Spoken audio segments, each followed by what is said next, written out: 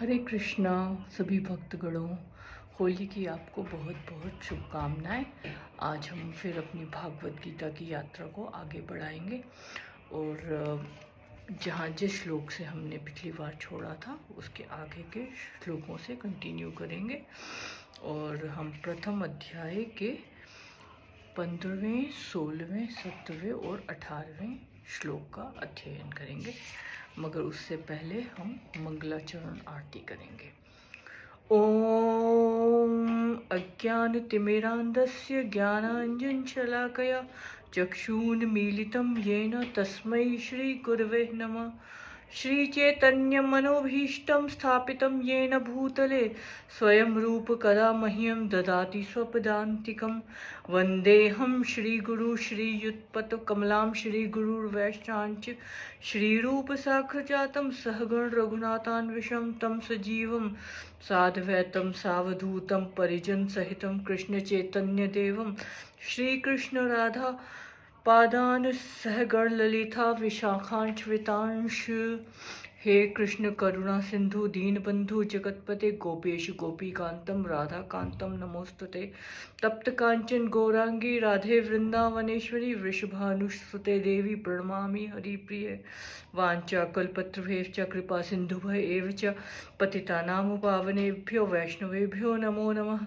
श्री कृष्ण चैतन्य प्रभु नित्यानंद श्री अद्वैत गदाधर श्रीवासादि गौर भक्त वृंद।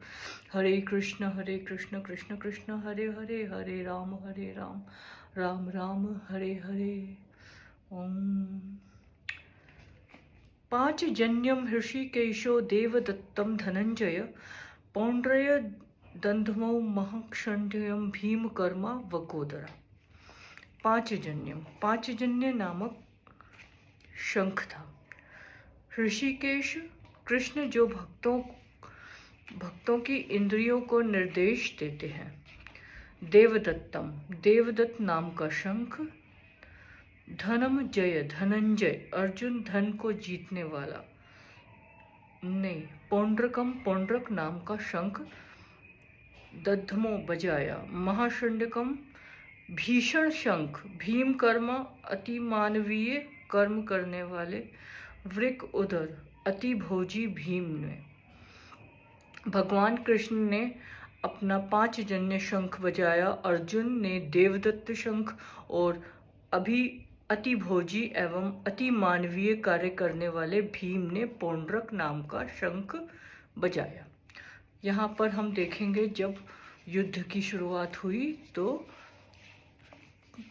कौन कौन से शंख बजाए गए। तात्पर्य, इस श्लोक में भगवान कृष्ण को ऋषिकेश कहा गया है क्योंकि वे ही समस्त इंद्रियों के स्वामी हैं। सारे जीव उनके भिक्षांश हैं, अतः जीवों की इंद्रियां भी उनकी इंद्रियों के अंश हैं। क्योंकि निर्विशेषवादी जीवों की इंद्रियों का कारण बताने में असमर्थ हैं, इसलिए वे जीवों को इंद्रिय रहित या निर्विशेष कहने के लिए उत्सुक हैं। भगवान समस्त जीवों के हृदयों में स्थित होकर उनकी इंद्रियों का निर्देशन करते हैं, किंतु वे इस तरह निर्देशन करते हैं कि जीव उनकी शरण ग्रहण कर ले, और विशुद्ध भक्त की इंद्रियों का तो वे प्रत्यक्ष निर्देशन करते हैं।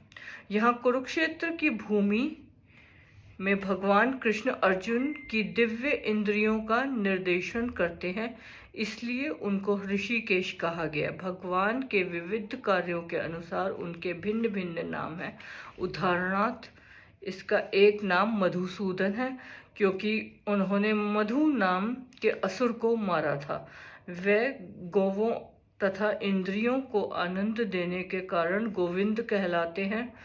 वासुदेव के पुत्र होने के कारण इनका नाम वासुदेव है, और देवकी को माता रूप में स्वीकार करने के कारण इनका नाम देवकी नंदन है। वृंदावन में यशोदा के साथ बाल लीलाओं करने के कारण इनका नाम यशोदा नंदन है, और अपने मित्र अर्जुन का सारथी बनने के कारण इनका नाम पार्थसारथी है। इसी कारण से उनका एक नाम ऋषिकेश भी है।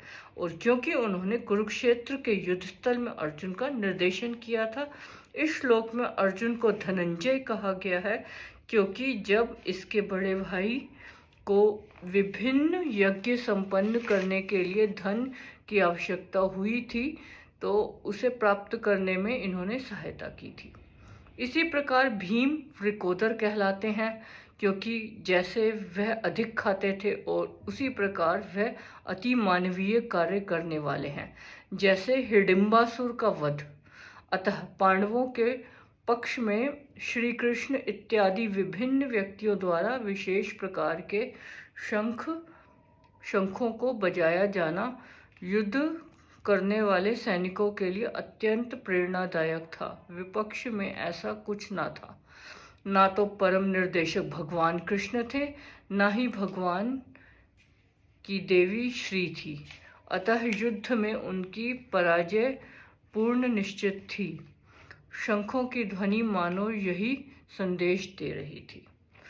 अनंत विजयम राजा कुंती पौत्रो युधिष्ठिरा नकुल सहदेव सुघोष मणि पुष्पको कायस्य परमेश्वर से शिखंडी च महारथ दृष्टदुम्मनो विराटक्ष सत्यकृष्ट पराजिता द्रुपदो द्रौपद्याय सर्वेश पृथ्वीपते सौभद्रधरे महाबाहु शंखाद्यम पृथक के प्रथम।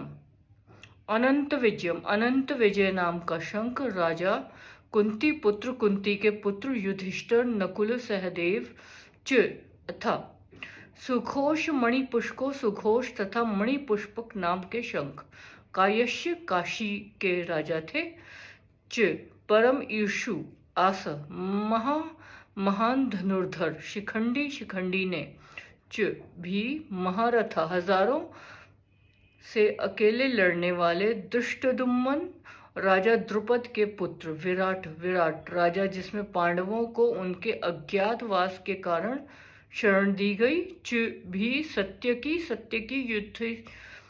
युद्धान श्री कृष्ण के साथी च तथा अपराजिता कभी ना जीते जाने वाले सदा विजयी द्रुपद पांचाल के राजा ने द्रौपदी के पुत्रों ने च भी सर्वेश सभी पृथ्वीपते हे राजा सुभद्राय सुभद्रा अभिमन्यु ने च भी महाबाहु विशाल भुजाओं वाले शंखम दृष्टदुम्मनम बजाए पृथक अलग अलग।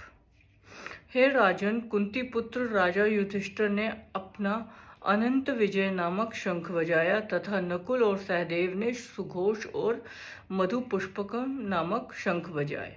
महान धनुर्धर काशीराज परम योद्धा शिखंडी दृष्टदुम्मन विराट अजय सत्यकी द्रौपदी के पुत्र तथा सुभद्रा के महाबाहु पुत्र आदि सभी ने अपने अपने शंख बजाए।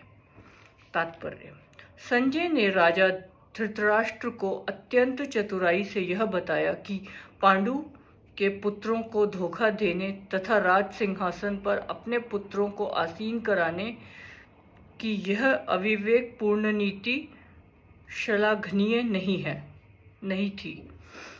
लक्षणों से पहले से ही यह सूचित हो रहा था कि इस महायुद्ध में सारा कुरुवंश मारा जाएगा। भीष्म पितामह से लेकर अभिमन्यु तथा अन्य पौत्रों तक विश्व के अनेक देशों के राजा समेत उपस्थित सारे के सारे लोगों का विनाश निश्चित था। यह सारी दुर्घटना राजा धृतराष्ट्र के कारण होने जा रही थी, इसीलिए उसने अपने पुत्रों की कुनीति को प्रोत्साहन दिया था। तो आज हमने पढ़ा कि किसने कौन से शंख बजाए। कौरवों और पांडवों ने युद्ध के प्रारंभ में जिन शंख नाद से युद्ध की शुरुआत करी तथा ये बताया गया है कि धृतराष्ट्र के कारण कौरवों का अंत निश्चित है। अब हम आगे के श्लोकों में जानेंगे कि क्या होता है। धन्यवाद। हरे कृष्ण।